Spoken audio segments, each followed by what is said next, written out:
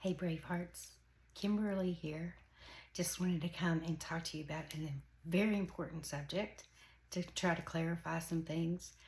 We're going to talk about the difference between the mind and the brain.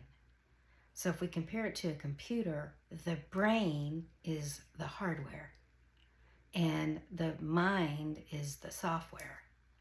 So they're very powerful. Both of them are very powerful.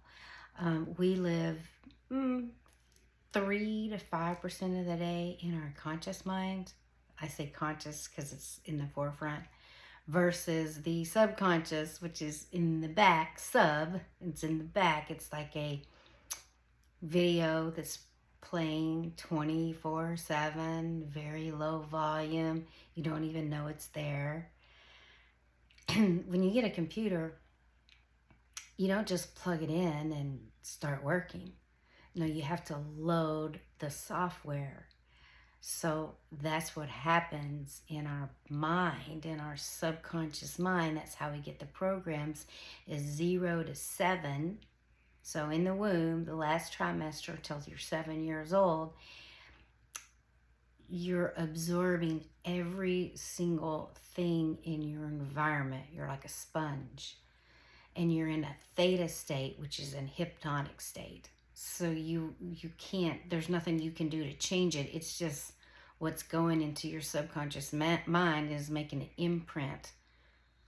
So in order to fit in with your family, in order to fit in the environment that you were born in, then you learn the rules of the house or the situation. So your mother, your father, your siblings, your grandparents, whoever was significant in your life, those are the ones that you got your programming from. And we all have good ones and not so good ones, because life is that way, and we're all passed down from generation to generation in its lifestyle and its habits. And so you got these passed down for you, and whether you realize it or not. So the mind is plastic. They call it neuroplasticity. That's, you can change your brain neurons, but you have to actively do this. This is part of growth.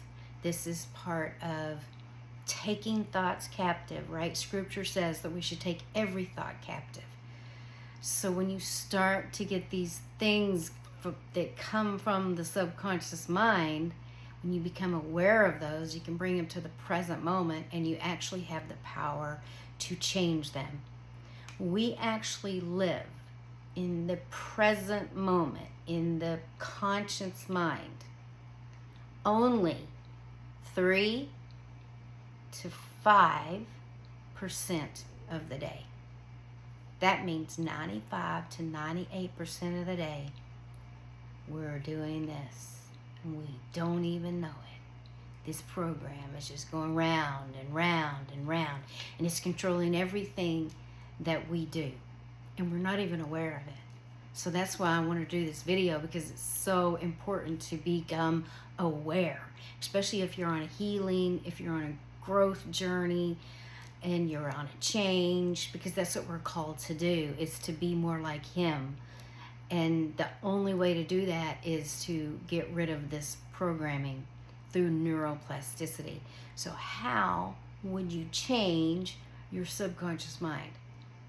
Well, number one, you stay in the present moment as much as possible. And in the present moment, you repeat mantras. You repeat things. I am Braveheart. I am valuable. I am significant. I am healed. I am abundant. I am blessed. You say all these things to rewire your mind. Okay? And that's in the present moment. The second thing is, right before you go to sleep, that's right before you get into a theta, because when you're sleeping, you're actually in the theta state. That first 7 years of your life, what you were in, well, when you're sleeping, you're in that state as well. So you can listen to subliminal messaging in your mind, and it will change the way you think. the way you see things, and it happens while you sleep. So that's the second way. But your mind is so powerful. And we have two, subconscious and conscious mind. Okay? And remember, every day to day, unless you're trying to do this intentionally, you're living back here. That's why you react and respond the way you do to things, because it's a program that you've been doing your whole life. Whether you're 20, 40, 60, 80, it's a program. We're all programmed. And that's who we are. It's a program. So I tell people, it's not your fault that you do X, Y, and Z, but it is your responsibility, because now we have the power to change. Okay, let's talk about another thing. So in your autonomic nervous system, we have two sides. We have a sympathetic and a parasympathetic. The sympathetic is the state most of us live in, and we don't even know it. God created us to be in that state only if a tiger's chasing us, not 24/7 like we do. So when you're in that state, your mind, subconscious mind, releases chemicals. So it's a chemist.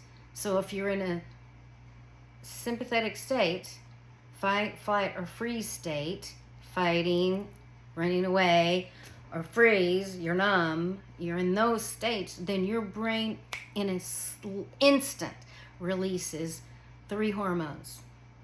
Hack: histamine, adrenaline, and cortisol.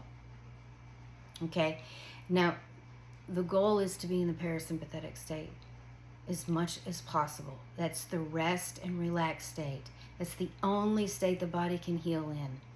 So as we switch, when we get these emotions, when we get these triggers, if we take every thought captive and we get out of the sympathetic into the parasympathetic, the brain now releases dopamine, oxytocin, serotonin, endorphins. Those are the healing hormones. Those are the happy hormones. So we have to be mindful, and we have to be conscious of what we're thinking and what our emotions are doing, and stay on this side as much as possible. Now, are we going to be 100% all the time? No, we're not. But that's our goal, is to always come to this side. And that is intentionally doing that. That's taking your thought captive. That's changing your emotions. And you're going to do it over and over and over through repetition. And that changes your subconscious mind. Once we've changed these programs, then we can live in the subconscious mind 80-90% of the day. Right? Because it's good programs. But until we change those programs, we want to live as much as we can in the present moment. The present moment is powerful. How do we get in the present moment? You know, you can wear a band on your arm. You can wear even a rubber band or a hair band or something and just pop it and say 3, 2, 1, I got this. 3, 2, 1, there's a new sheriff in town. 3, 2, 1, that's the old me, right? And now you're in the present moment. You cannot count backwards and not be in the present moment. You cannot be in your subconscious mind and count backwards.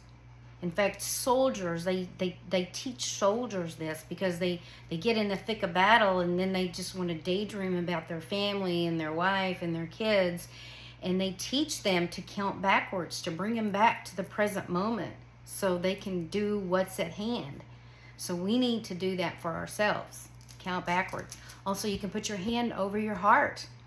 You can take deep, deep, deep breaths and then exhale. There's a lot of things you can do to stay in the parasympathetic, rest, relax. I call it the flow state, right? You got fight, flight, or freeze, but now let's go in the flow. Let's be in the flow. Let's be in the moment. Let's be. Let's just be. Be still and know that I am God. I'm going to leave you with that. There's so much more to talk about when it comes to the mind, conscious, subconscious. It's powerful. We can tap into that subconscious mind and find out so much about ourselves. The subconscious mind has been recording since the 3rd trimester. 0. Since you were 0. has been recording every single thing, every thought, every smell, every taste, every face, every person, every event, whether it be good or whether it be bad or it be traumatic. Everything is in this recording. Everything. And now it's up to us that are awake and aware, that want to change, that want to genuinely be all that we can be, that we want to be everything God created us to be. We've been called, but we have to go through that process. So it's a journey. And I hope you'll join me on the journey. Until next time, be brave, be authentic. I love you.